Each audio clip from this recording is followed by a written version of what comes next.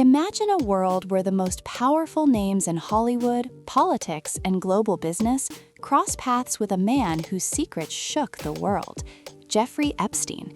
Now, decades later, new documents, emails, and leaked files are resurfacing, and one familiar face is being pulled into the spotlight in ways no one saw coming. Ellen DeGeneres, a household name once celebrated for humor and charm, is now reportedly trying to stay off the radar. Why?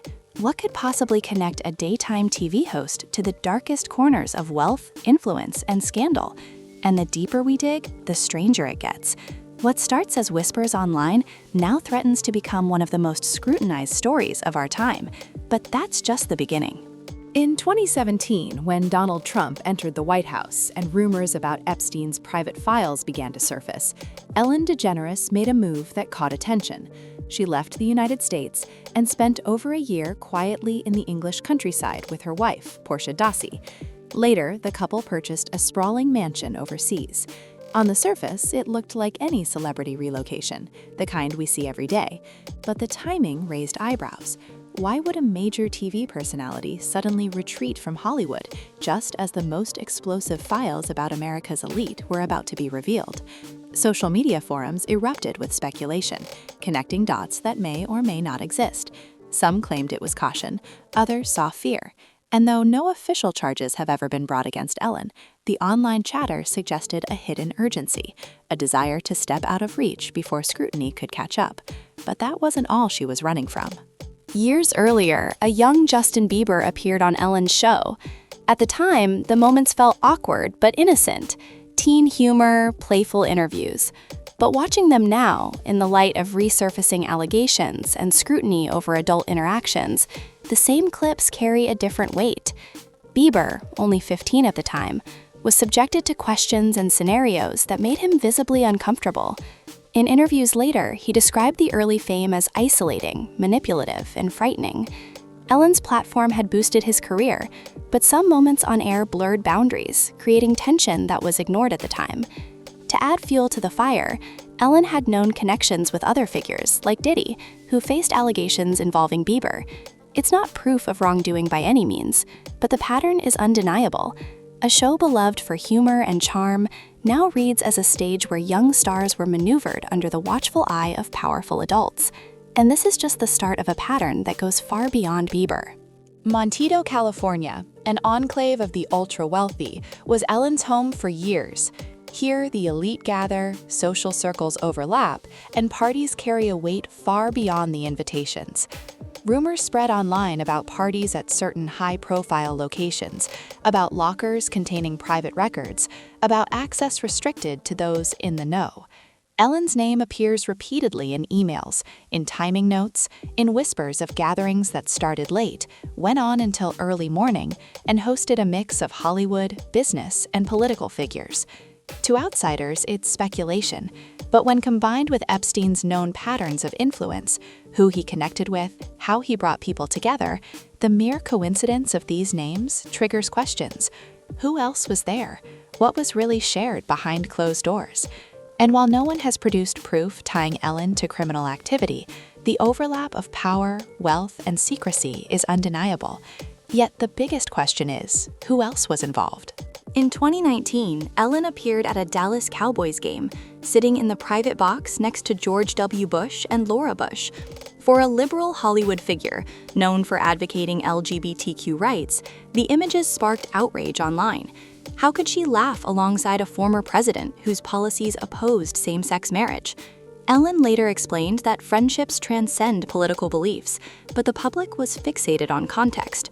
When connections between Hollywood and politics intersect with Epstein's circle, perception becomes suspicion. People began to see patterns. Ellen moves comfortably in circles that cross ideologies, from top entertainers to former presidents. In this climate, any association with powerful figures who had ties, however indirect, to Epstein's network raises eyebrows. And politics is only one layer of the hidden network. Behind the scenes, Ellen's influence extended into her workplace in ways former writers have described as psychologically intense. Some recounted feeling ostracized for minor jokes, frozen out of the group for days, and then suddenly welcomed back, leaving them unsure how to act. Others described long hours under scrutiny, where fear of losing approval or employment created a pressure cooker environment. While this is workplace trauma rather than criminal behavior, it paints a portrait of someone whose authority could affect not just careers, but mental states, amplifying the stakes when intertwined with fame, wealth, and elite connections. But Ellen's influence didn't stop at her office. When Jeffrey Epstein's files were released, the web of connections became clear. Former presidents, royals, business magnates, and celebrities all appeared in correspondence or photos. Bill Clinton, for instance, was photographed in a hot tub in Brunei with women whose identities were redacted. He repeatedly stated he had no knowledge of Epstein's crimes. Hillary Clinton's deposition included moments of frustration as she refused to answer questions related to Epstein documents. Elon Musk's emails, exchanged with Epstein, showed invitations to the Caribbean, which he has denied accepting. Each new revelation compounds public curiosity. Even without charges, the files expose overlapping circles of influence, wealth, and access, with patterns that suggest a hidden network operating beyond public oversight. And while some denied involvement, others couldn't hide the truth. Stories from Epstein's victims add a chilling perspective.